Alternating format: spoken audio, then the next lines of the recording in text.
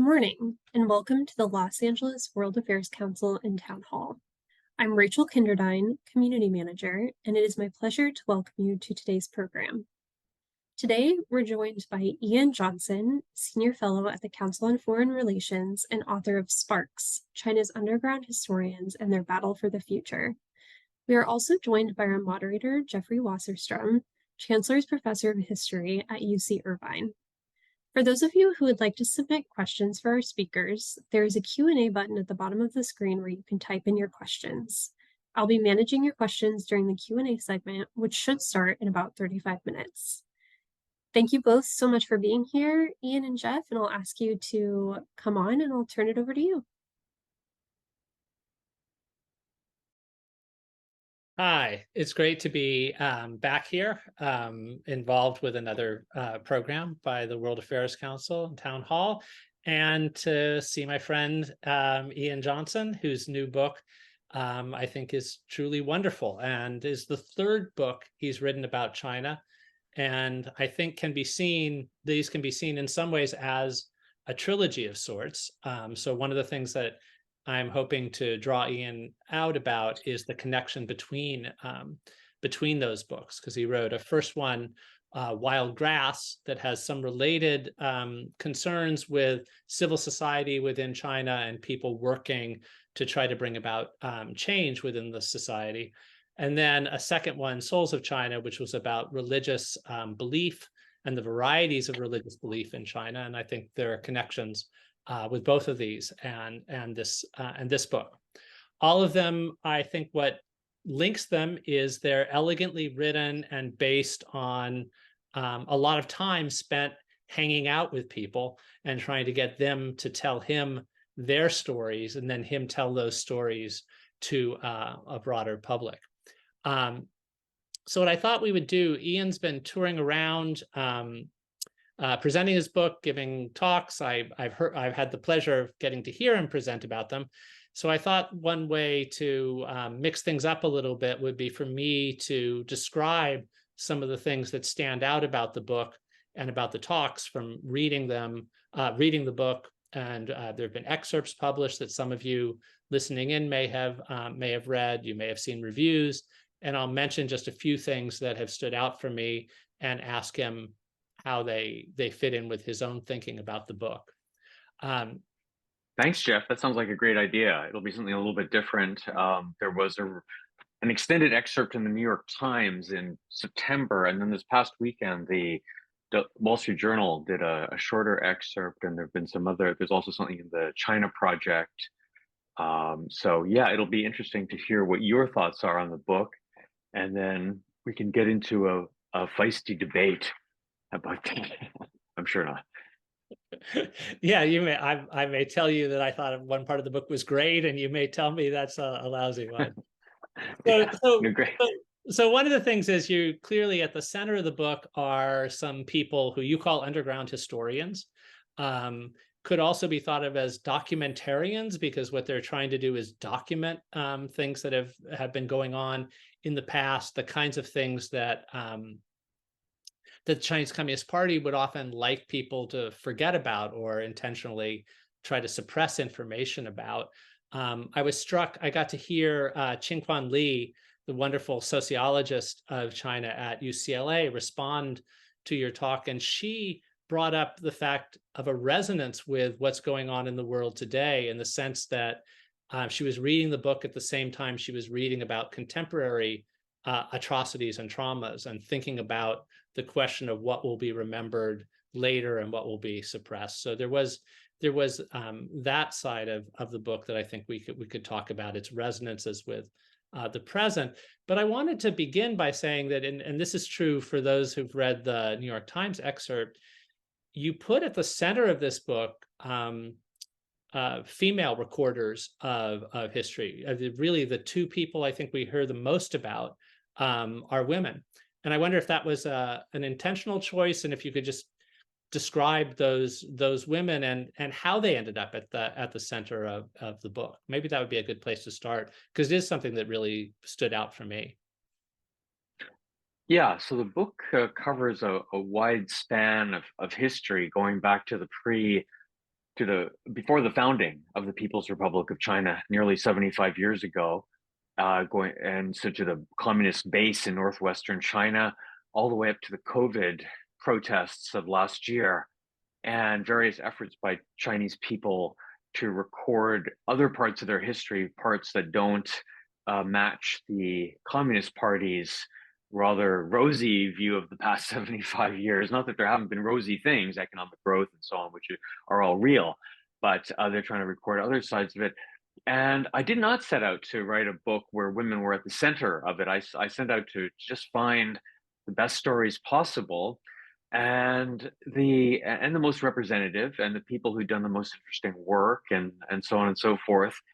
And it ended up that the two characters that unite the book, sort of who are there almost at the beginning and all the way to the end, is this feminist scholar and documentary filmmaker Ai Xiaoming and this independent journalist Jiang Xue. They both are people who are quite well known inside China in various circles in China. They're not super famous abroad, I don't think, but I think in China they're pretty well known.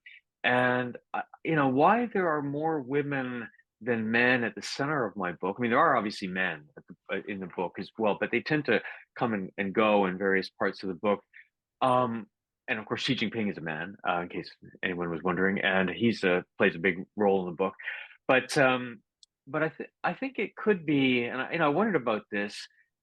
It seems to me that women are outsiders in some ways in China. That they are they're part of Chinese society, obviously, but they're not full members of Chinese society, especially the political ruling apparatus in China. There's no women in the 7-man standing committee of the Politburo. There's no women in the 30-member Politburo. I believe not one woman. I believe this is quite remarkable. There's often at least been 1 or 2 token women in there. And in the central committee of about 100, there might be 4 or 5 women.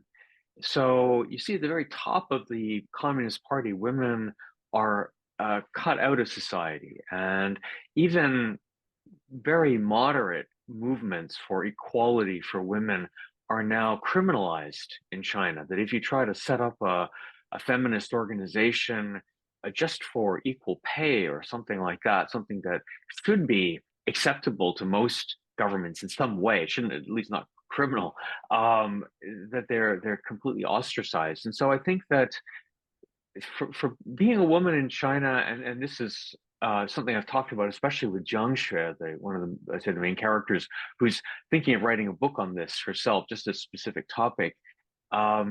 You're at once at the center, you're in society, but you're also never allowed to fully participate, and that gives you, I think, a slightly different viewpoint.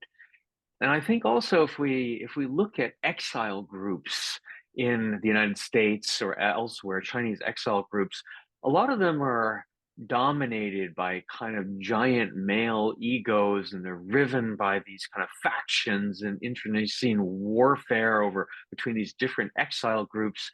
And women tend to be, and I'm stereotyping or generalizing at least massively here, but they seem to be getting more things done than in these typical exile groups, dissident groups, where not too much actually gets done. But these are people who are making films. Ai Xiaoming's made over 20 documentary films. Jiang Shui's written some of those popular essays in the Chinese internet and so on. So that's why I think they're at the center of the book. That's really interesting. And I mean, in one case that you didn't mention, you bring Tibet in via the character of Wasser. And she's a fascinating figure, but there probably wasn't any choice. There isn't any comparable male figure who's a Tibetan voice for Tibet within China in difficult situations. Were you surprised that you could talk to her at all, or that you could? Are you surprised that somebody doing what she's doing is able to keep doing it in Beijing? And could you tell the audience a little bit about her? Yeah, Wozer is a fairly well-known poet inside and outside China. She has several people who translate a lot of what she does, so her essays and her poems and so on, so that she's kind of well-known abroad. But she so it comes from a Tibetan family that was part of the system. Her father was a soldier in the People's Liberation Army, and he died around 1996. He wasn't that old, but he was like 60 years old or something like that. But and he, in the later years of his life, he was compulsively, she thought, she had moved back to Tibet after studying in Chengdu, and he was going through these files of photos and annotating them and organizing them. She'd always see him working at this, but she didn't know what it was. She thought he was just a amateur photographer, maybe looking at his, photo snaps he'd taken at Beijing at Tiananmen Square or something like that. And it turns out, so he died and he left her these 400 photos, and she wasn't sure what to do with them. She looked at them and held the negatives up. These are mainly negatives. She held them up to the light, and she saw these were pictures of the destruction of Tibet in the Cultural Revolution, precisely annotated by her father with no commentary, but just very clearly annotated what day, what time the photo was taken. And she didn't know why he took the pictures. He clearly had a very good camera, which in 1960s China, especially in Tibet, was unusual, and he was in the PLA. So it must have been with official approval, but she didn't know what his purpose was. Was he supposed to be celebrating the destruction of this feudal, backward civilization, or was he trying to document it? But the fact that he later put everything in order implied that he realized he'd seen something historically significant. And so she, being a very modest person, she wasn't sure what to do with all of this. She was more of a novelist and a poet. And so she sent it to a well-known Chinese guy named Wang Lixiong, who later became her husband. And he'd just written a book about Tibet and China that the Dalai Lama had endorsed as being moderate, and which had been published in China. This is in the late 1990s, when there was still some hope that there could be some rapprochement or some kind of a deal struck. And he said, I can't, what you have is incredibly historically significant, but it's not for me to write, to publish this. You have to do it. You're Tibetan. And so he put it back to her. And then she went back and did follow-up interviews with the people in the photos or their descendants, went back to the places, tried to make new photos of the places, and she published a book about it. And it's a rare documentation of what happened in Tibet, because there are almost very few photos of the destruction of Tibet. And here we have precise time. So we know some temples were destroyed, but we don't know when or how. And here are these photos saying exactly when they were destroyed. So they're not just they don't just illustrate the destruction, they create historical knowledge by letting us know exactly what happened in Tibet during the Cultural Revolution. So this is one of the typical people who are somewhat autodidactic. They're not PhDs in history. There are some people in my book who are like that, but most of them have found a mission in life to record something because something just hit them, like this hit her. You're drawn to a kind of, you're drawn to somewhat eccentric figures or people passionate about a specific thing. And actually, I wanted to bring something up that one of the books that I made a big impression on me, and I think maybe she even presented on it to this same organization when it came out, was Louisa Lim's People's Republic of Amnesia, and which was about the sort of effort to bring about a kind of enforced forgetting of Tiananmen and the massacres of 1989. And your book, initially, when I was hearing you talk about it, I thought it was a kind of argument with that discussion of amnesia, because you're trying very hard to say that people are keeping these memories alive, and that there hasn't been a complete brainwashing, which we're always kind of worried about happening with a new generation. But you said you recently did a podcast with Louisa, and the two of you saw the books as somehow related. So could you talk a little bit about that? Because I'm sure some in the audience are familiar with it. Yeah, that was kind of funny, because around the same time that I did the podcast with Louisa, the Council on Foreign Relations asked me to put together some teaching notes that might be of use to teachers at universities. And we were supposed to come up with these kind of essay questions. And so I say, it appears that Lim and Johnson come to very different conclusions. Discuss why that is. And so then she said to me on the podcast, Ian, I want to ask a cheeky question. do you think we do come at it from different points of view? And I say, well, we do kind of, but we're two sides of the same coin because the government is trying to erase history. And I talk about this in the book. I have a couple of chapters on why history matters so much to the Communist Party. Why, of course, history matters in every country, but it's especially relevant in China. It is one of the central pillars of legitimacy for the Communist Party. And they try everything possible to manipulate the historical record to make their rule look as favorable as possible. But there are also these other people who are fighting against it, and I think that they are the two stories are related and not necessarily in opposition.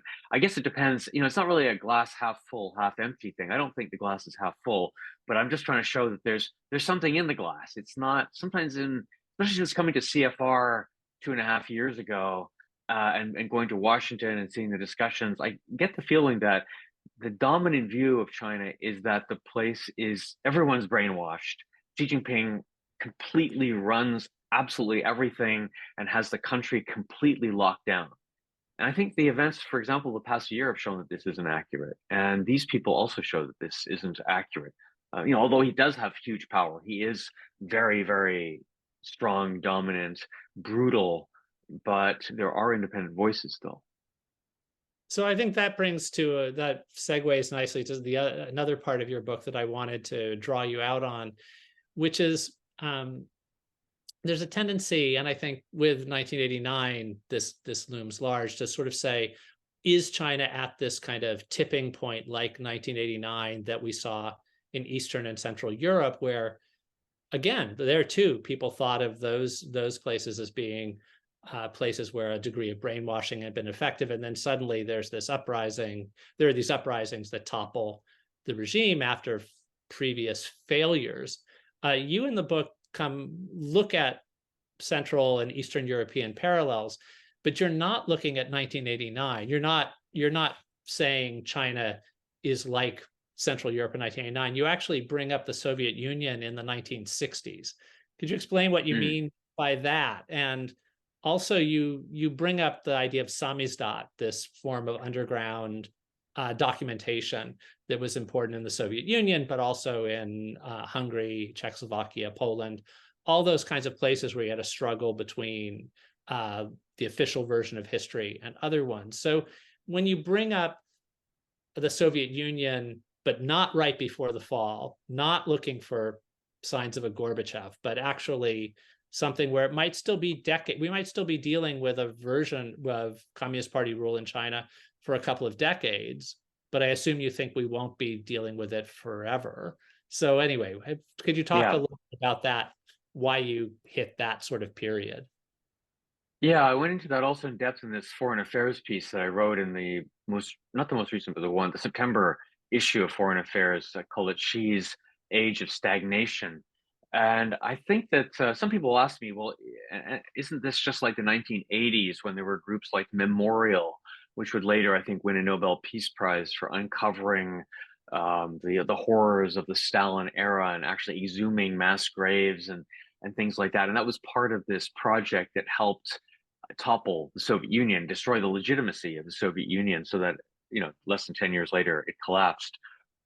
I don't think we're like that. I went to East Germany in 1988, and this was a country where there was a 16-year waiting line list for a Trabi, one of those old little two-stroke cars. And so they were sort of like, come back in the year 2005 or 06 or something, pick up your Trabi. And I actually have photos of that. They were in the showroom window, and so you'd be planning really, for the long term if you're going to buy a car there. And they didn't have a lot of consumer goods, and Russia, the Soviet Union, was even worse off, where there were even bread lines and vodka was rationed at various times and things like that. China's of course not like that. I mean, China, we know that China is a prosperous country. It's not like the Soviet Union, which in hindsight I think we now realize was, especially toward the end, was hollowed out. It had this big military infrastructure. It was a legitimate threat, of course. It did have all these nuclear weapons and so on, a big military and so on, but it didn't have the economy to really support it. China is quite different, but if you wanted to make a comparison, despite all of the fraught caveats you have to have with historical comparisons. I'd say it's more like the 1960s when Brezhnev was sort of newer. Soviet Union seemed robust. It was still leading in many things. It was, about to lose the parts of the space race to the United States, but overall was still right at the top. And people like Solzhenitsyn were just kind of starting out, and they weren't as well known in their countries as they would later become when things were more fraught. And I think that's maybe where we are in China. If we're in, and this isn't to say there's some inevitable decline and fall about to happen in China over the next 20 years, but I do think that we're this, just as the seeds then were sown for a kind of stasis and stagnation, ossification of the regime. We're seeing that now very clearly in China. Now, it's not to say that things can't be turned around. The Communist Party, over its 100-year history, has shown the ability to correct, to take self-corrective measures. But the way things are going now, it doesn't seem like they're doing that. So this is why I think it's at least now fair enough to say that it is a period of stagnation. So have you been seeing any new things about your book now that you've been touring it, now that you've been getting questions, now that you've been having discussions with people? You've had a very interesting mix of people that have been, I was looking at who else had been in my role in other events, and you did one event with Gal Beckerman, who's written about Samizdat and written about social movements in different parts of the world, with Ishan Tharoor, who writes about international affairs really wonderfully for the Washington Post. So presumably Li Jiazhang, somebody who grew up in China during the period you're writing about. So is there anything that you found particularly interesting or seen new things about the book in the process of talking about it? Yeah, a couple of points. One, it was interesting to talk about this with Gal Beckerman. He's written this wonderful book called, I have a copy of it right in front of me almost. It's called The Calm Before, as in the calm before the storm. And he says that we're often fascinated by the big violent outbursts, the street protests that happen that topple things. Obviously, that's news, and we see it right now happening, for example, in the Middle East. But in terms of social movements, he says the key is more the preceding period of time when things are calm, but there's stuff percolating below the surface. And if you want to understand a social movement, you have to look at that and see what dynamics are going on there. And for successful social movements, they tend to have this networking that goes on at the low key level. And I feel like this is what this is what I am trying to describe in this book, and why I wanted to have the conversation with Gal, because the movement I'm describing is not a mass movement with hundreds of millions of people challenging the CCP on its history, but it is a significant group of people, a kind of collective memory that didn't exist before. And that to me was interesting to talk. I think the other thing, which was maybe a little more surprising, was the number of young people who have come to all my talks, young Chinese people, and they are often very passionately engaged in China there, and in a critical way. I mean, they're not anti-China. They're concerned about their country, and they're concerned about the events. For many of them, for anybody in China under 30, or maybe even under 35, or perhaps even 40, this is the first big crisis they experienced. There was Tiananmen in '89. But in those 30 years since then, although there have been many problems and challenges, for example, the smashing of the Falun Gong spiritual movement in 1999 and 2000, but in terms of a mass movement, this whole COVID thing, the slowing economy, the high youth unemployment of 20%, this is a first for them. And they see that the tightening of restrictions, for example, even on things like women's groups, which shouldn't be so controversial, things like LGBTQ plus, which again shouldn't be so controversial. It doesn't challenge the CCP, but it somehow the party has made enemies of all these people. And so you have young people in the West, but not just the West, but in open societies around the world, in the United States, in the UK, in Germany, in Japan, who are young Chinese people who are in touch with people back in China and who are trying to think of a way out, who are holding these democracy salons and so on. It really reminds me of the period after '89, which after Tiananmen, which I experienced in Berlin, in Germany. There were people that set up these things called Tiananmen University. And this is where they're trying to analyze, what had happened? Why did the massacre take place? What's wrong with our country? You get a similar movement, a similar vibe today, but it's obviously different because it's 30 years later, 35 years later. So, but that to me has been really interesting and quite hopeful, I thought. So I agree with everything you said, except I am going to correct you on one thing. The book is The Quiet Before, even though I kept thinking it was You're right, The Quiet Before. Is it the same notion, The Quiet Before the Storm? And I do think what you're describing fits very nicely into his idea of this possible percolation under the surface. And then we saw it bubble up to the surface with the white paper protests that were almost exactly a year ago. And were really surprising. Even I think it's important as China specialists to periodically say, because there's a kind of papering over like, oh yeah, we could have seen that coming. Here were the things. It was shocking to me that there was the banner hung from the Sitong Bridge in Beijing in September or October, sorry, of last year, when the city was on high alert because there was going to be a big political meeting. Everything was surveyed. We hear about how many cameras there are around Beijing, and somebody still, in an act what was a kind of almost political suicide, hung up banners that directly attacked official policies, that directly called for an end to dictatorial things, and managed to know that photographs would be taken of it and circulate around the world, even though he knew he would be arrested and the banners would come down. That was an amazing moment. That was surprising. And then the white paper protests a little bit after that were surprising. So were they surprising to you as well?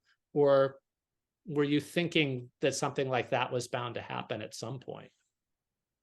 Well, no, I didn't think anything like that was bound to happen. There had been signs of anger before last October. For example, at the end of 2021, beginning of 2022, there was the big lockdown in Xi'an, the big Western Chinese city of like 8 or 9 million people, and that caused a huge uproar. And that was followed a few months later by this Pyrrhic victory that they had in locking down Shanghai, which also caused a huge outcry and just, I think, disbelief among people that they were still doing lockdowns, still in zero COVID, even though the rest of the world was moving on. The rest of the world, certainly the developed world, had mRNA vaccines.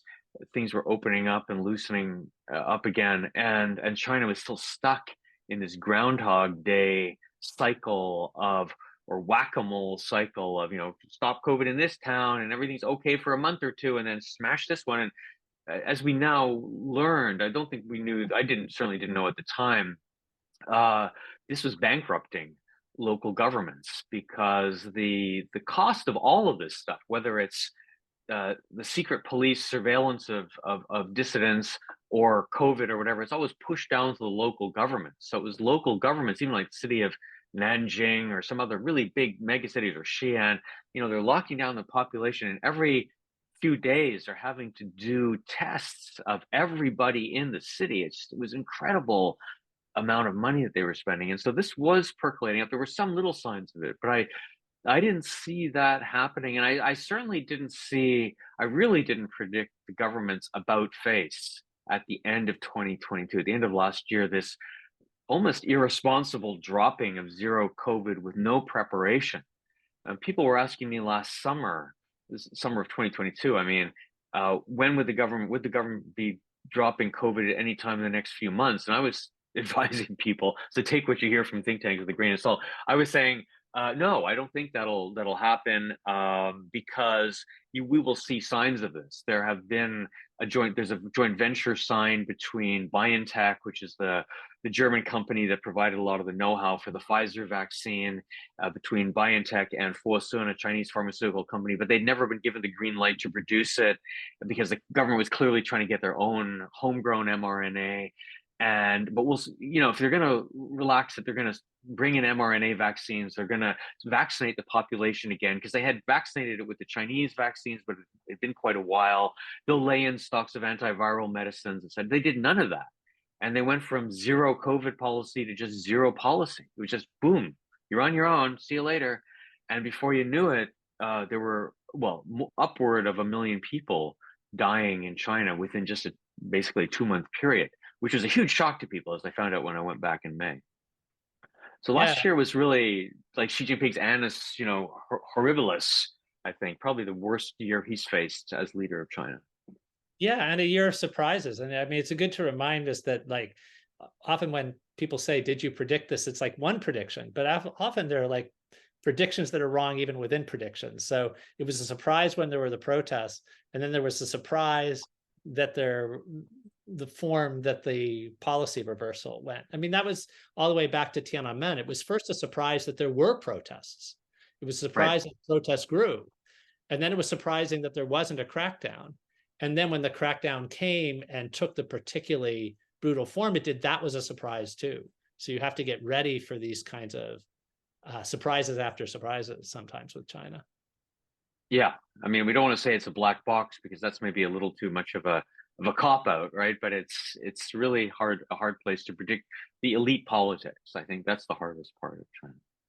It's good. So I will push you on the one thing about, because I think this idea of the networks, I think the idea of a slowly building movement is important, all that. But going back, I really liked Wild Grass, your first book, but it talked about, you used this optimistic idea of a slow motion revolution beginning, and saying that people had kept waiting for something to happen fast, but that we should keep our eye on this kind of slow emergence of more of a consciousness of rights, more of a consciousness of and so you talked about a slow motion revolution, but it's really been slow coming, right? And this book also, it's very slow motion revolution. okay.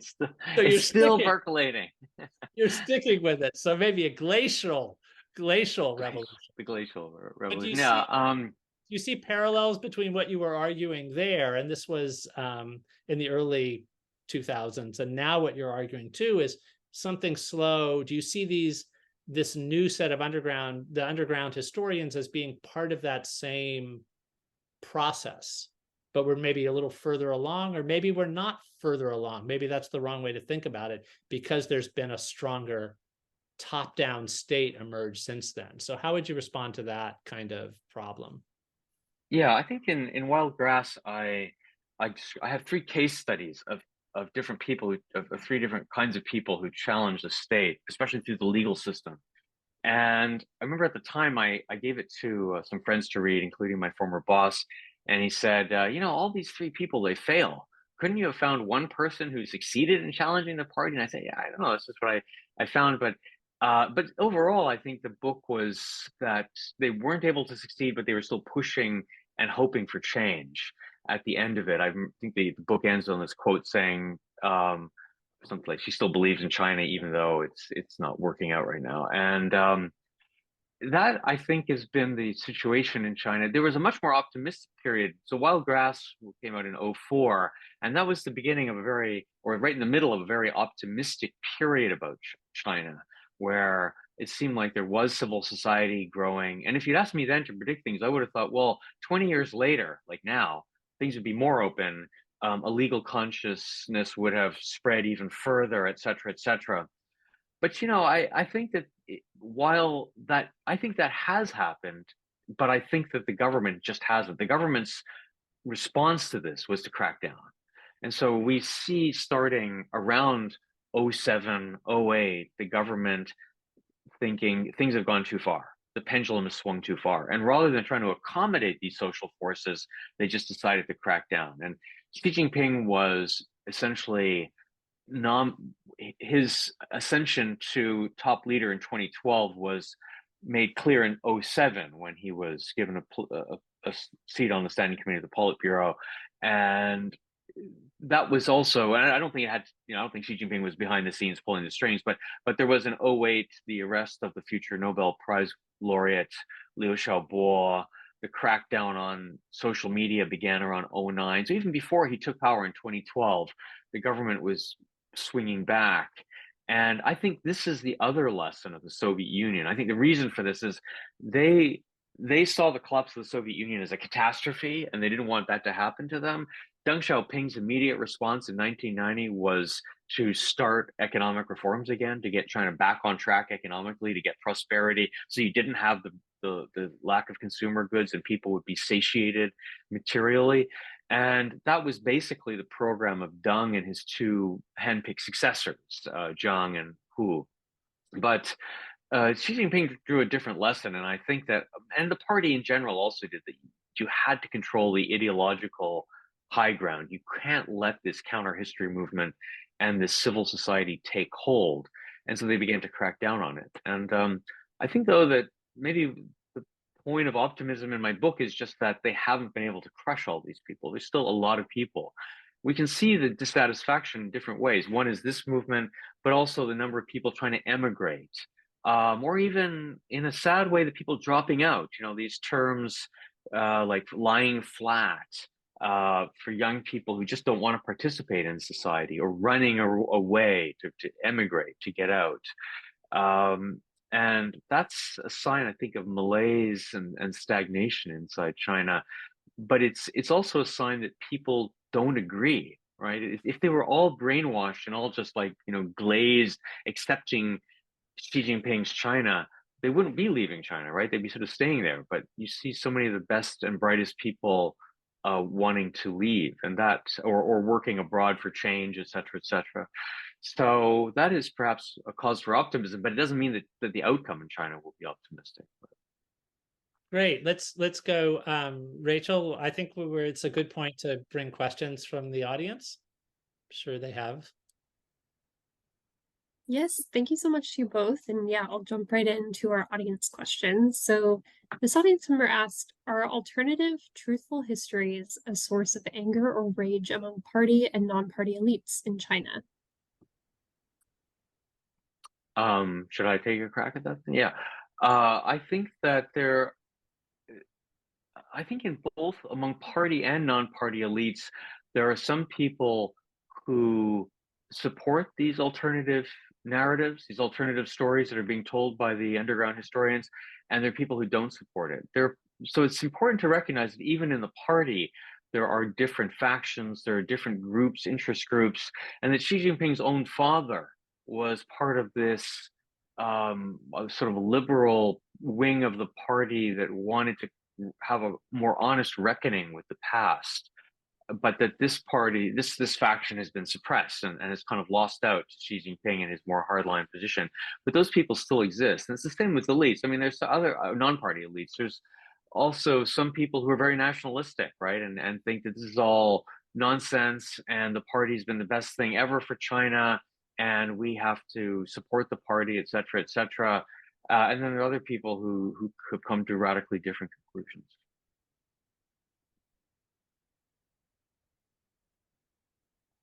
Other questions? Yeah. So yeah, sorry, my unmute button was hidden, but you mentioned that the movement of underground historians isn't massive right now.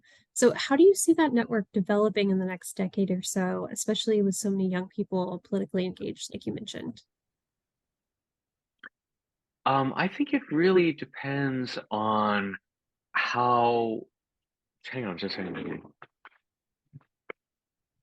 Just close my door. There's a bit of background noise. I don't know if you can hear that, but I think it really depends on how China's economy develops and what the party's policies are. If they continue down this Xi Jinping path of ever tighter control and a throttling of the economy, then I think that there'll be more and more opposition and more people looking toward these alternative histories, these alternative ideas, alternative versions of reality. Because basically, people have been fed this version of reality. The party is doing an outstanding job in running China, and a lot of people have sort of internalized it. And they said, well, I don't agree with everything the party did. Maybe they even experienced Tiananmen or they experienced other crackdowns, but they think, but they have made the country more prosperous. You got to say that for them. And they have raised China's profile on the international stage. And so they maybe will hold their nose and kind of support the party. But if China were to get involved in some sort of foreign adventure that went wrong, i.e., invasion of Taiwan that ended in a debacle, or if the economy continues to slow down, we've got 20% youth unemployment, and if they can't fix those kinds of problems, then a lot of people are going to say, well, wait a minute, the party doesn't have this performance legitimacy that we thought it had. They're not really able to run the country as well as we thought. And maybe we do need to look at other alternative explanations. And so in that sense, the protests from 1 year ago, the so-called white paper protests, rather than being an outlier, they could be a harbinger of change. Just if I can jump in, I was wondering what your thoughts were about the place of Hong Kong in this story, because initially when there were the Hong Kong protests, the idea was that very nationalistic students from the PRC in the West were largely accepting the official line about the Hong Kong protests actually being riots, and were disrupting events, even with things with activists from Hong Kong. But I've seen a kind of shift. And when you were talking about the young people coming to your to the talks about your book, they aren't necessarily young people from Hong Kong. And sometimes they're people from the mainland who you wouldn't know whether they were from Hong Kong or the mainland. And I'm sensing among younger Chinese abroad some of the sense of rethinking about the regime that couldn't even accept a freer Hong Kong. Maybe going along with the fact that this is the crackdown on Hong Kong is around the same, just before there than the COVID strictures. And I do think the fact that there was a lockdown in Shanghai had particular valence, because some people were imagining that if there was one place where you were kind of freer from the kind of heavy hand of the state on the mainland, it might be in futuristic sort of anything goes Shanghai. So this configuration of that might be another thing that would be leading to possible expansion of these networks. Because I do think that students from the mainland and students from Hong Kong who now are thinking of themselves as out of the PRC, who are out of the PRC, maybe finding more kind of common ground in this idea of checking out and possibly running, lying flat. Anyway, I'm just wondering how that sounds to you from your perspective. Yeah, I think the loss of Hong Kong has been a great setback for people who have been trying to write alternative histories of China. This was a place where you get a lot of things published, you could buy some of the books, etc. And so certainly among those groups of people, the imposition of the national security law was a huge setback. And among overseas groups, I do think there's more common ground, although where was I? I was at UCLA or USC. They said that there's a student group that wants to, or was it Irvine, where a student group that wanted to establish itself, and they weren't sure what to call themselves because they wanted to appeal to people from Taiwan and to people from Hong Kong, but they weren't sure whether to call themselves Greater China. But now that's kind of not an acceptable term anymore. But some way to indicate that people beyond the mainland were welcome, but terminology is so fraught in this area. So there's still probably a lot of hindrances there between really working together, but certainly a lot more sympathetic interest in what happened to Hong Kong. I do think you're right, especially I think your point on Shanghai is really spot on. This was probably a place that they felt that, at least we're safe in Shanghai. They won't do that to us. Beijing is the political capital. What do you expect, et cetera, et cetera. But we're the window on the world with all the foreign companies here. We've got gleaming skyscrapers of Pudong, et cetera.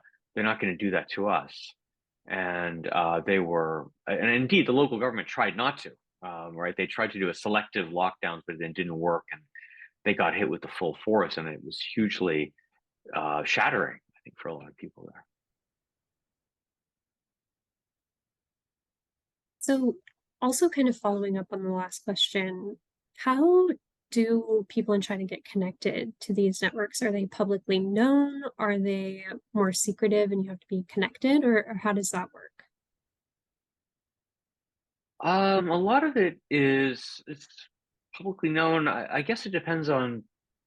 It's not sort of the public platforms for these groups are fewer than they were 10, 15 years ago, for sure. It used to be that many of these people I write about, they had followings on Weibo, which was something similar to Twitter because you could follow people without them having to approve you, and you had mass followings of public intellectuals in China. That's all been closed down. And the same with independent film festivals.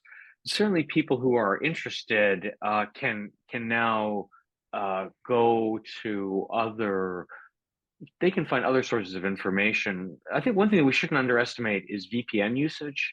That we know that VPN usage as a percentage of the population is low.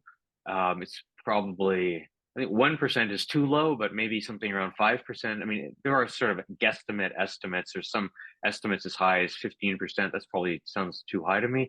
But even if it were just 1%, right, it would be sort of over 10 million users of the internet in China. There are over 1 billion. And those people are quite influential in terms of being gatekeepers, getting information in and out of China. And so I think that people who are interested will know people, friends, they'll get a hold of a VPN themselves. A lot of people know about these things. But I think the thing was, in the past, there wasn't a huge demand for this because for most people in China, tomorrow was a better day. If you think that my my job will be better tomorrow, I can buy a house, my kid can go to college, I can buy my kid an apartment or help him get set up in life. That takes the wind out of the sails of 80% of probably most people. But when those problems begin to crop up and mount, then people begin to look around, and then word spreads through rumors and other things like that. Also, something that's not to be underestimated also is still, despite it being censored, WeChat has interesting public accounts that have writers who are not necessarily banned, but who are still kind of interesting and edgy, who are authors like Ye Fu, the late writer Wang Xiaobo, and others who whose essays are then circulated online. And people can read that and get other ideas for how Chinese society might be organized. I think your comment about the desire or the glow being off of this idea of life is definitely getting better and better leads to people doing a different kind of questioning. I remember I try to keep in mind in 1999, I was in China and a young person was saying to me, you got to realize this is the best time in the history of the world to have been born in China in many ways. That's how she felt as a 20-year-old. And I don't think 20-year-olds are necessarily thinking that anymore. And that leads to a different kind of engagement. We definitely saw that the VPN usage had to matter a year ago with the white paper protest because people were finding out via Twitter, which was banned in China, where to go for certain protests because information was circulating that way and then being recirculated being other ways. And also the limits to censorship. In your book, you talk a lot about how PDFs are a great way that people are circulating things because we often think of the content of a post or the content of a message being censored, but then when you have a whole document that a censor would have to open up and look through, there are all kinds of porous. There are all ways in which even the most seemingly tightly controlled place has a degree of porousness, and people are coming and going in a way that it makes it different from a place like North Korea. There are just so many more people coming and going. Things like VPNs, there are all kinds of ways that even though people on the internet like to mock China from within China as West North Korea, there are still limits to that kind of analogy there. Yeah, I think the PDF is a great point because this is a way of rapidly transmitting information we take completely for granted, but it's such a game changer that, in the past, if I wanted to say, here's an interesting book, I'd have to photocopy it or something like that and physically hand it to you or mail it to you. Now I can have it on PDF. I can email it to you, and you can email it to 10 more people. And if you overdo it and you send it to 1,000 people at once, people will pick up on that and say, "Aha, you're essentially publishing."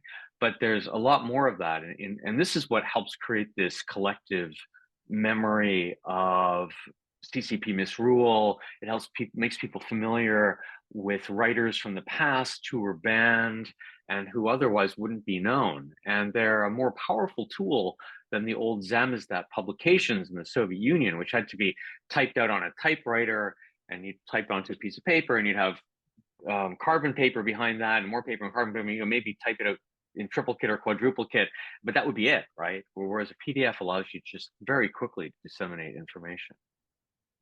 And also, just what gets censored is I mean, direct arguments might draw the attention of censors, but Victor Schur from San Diego, I was on a panel with him about a year ago, and he was talking about the way in which information about the lockdowns was circulating, or even how if the Chinese government wanted to pretend that people in many other parts of the world were also still under lockdowns. He was saying that if you wrote something back through WeChat and you said, "We are not under lockdowns anymore here, the Chinese policies are wrong," that would get censored. But if you just sent a photo of, like, "Here's what I was doing this weekend," and there were a lot of students who were just sending messages back that were simply non-political descriptions of what their life was like, that just showed things about their life that had a subversive quality at that kind of moment. In the same way that you mentioned East Germany, one of the things that undermined East Germany was simply people saw pictures of the good stuff that people had on the other side of the wall. And when the wall came down, some people, the first place they went was to supermarkets and department stores to see, oh, is that true that there's really all this stuff here? So what can be undermining to a regime is sometimes not the things that are specifically drawing the attention of censors because they're directly challenging. And that's one of the things that I think comes through. The PDF is in your book. I've never seen anybody discuss it that way, but it's a great illustration of just how hard it is to control all kinds of information.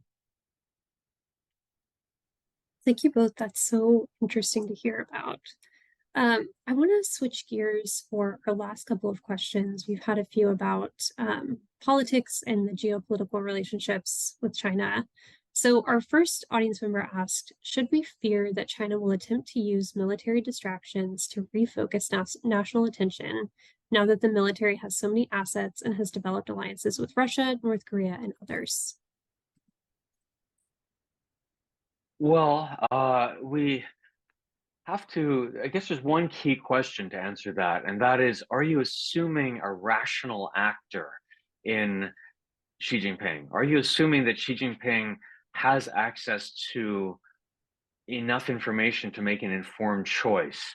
And we might have thought of that, for example, with Putin a couple of years ago, but then he made this irrational choice to invade Ukraine, which didn't make a lot of sense, and the military strategy was ludicrous, and he suffered a great defeat. So there, you might have said, no, he won't invade Ukraine. That's crazy, but he did it. And by the same token, I would think rationally, it doesn't make sense for China right now to engage in a kind of military adventure, because overwhelmingly, I believe, from having talked to many military analysts and read up on it, although I'm not a Chinese military expert, but that this would be the most complex military operation undertaken, much more complicated than D-Day and World War II. Taiwan is far away, 200 miles off the coast of China, open seas. The invasion force would be highly vulnerable. And while China has got a lot of things going for it that it didn't have before, it would be a really precarious battle, and it would not be by any means assured that they could win that.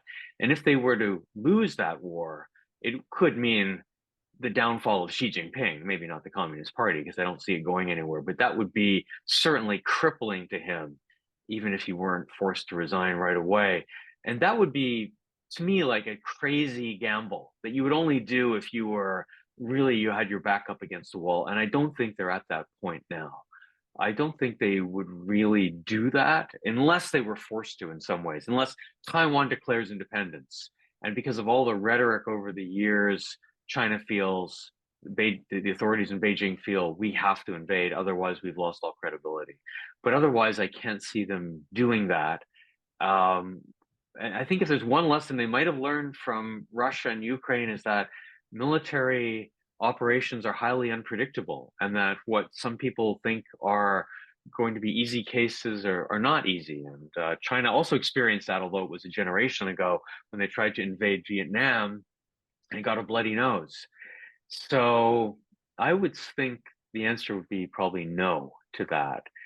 But again, if we don't know what information Xi Jinping's getting, is he really cut off badly from sources of information? Is he truly surrounded only by yes men? That's anyone's guess, I think.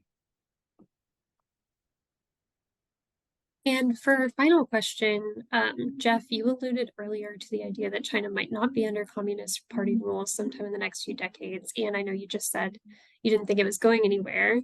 But this question is, what do you think that system might give way to in the future? You want to try that, Jeff?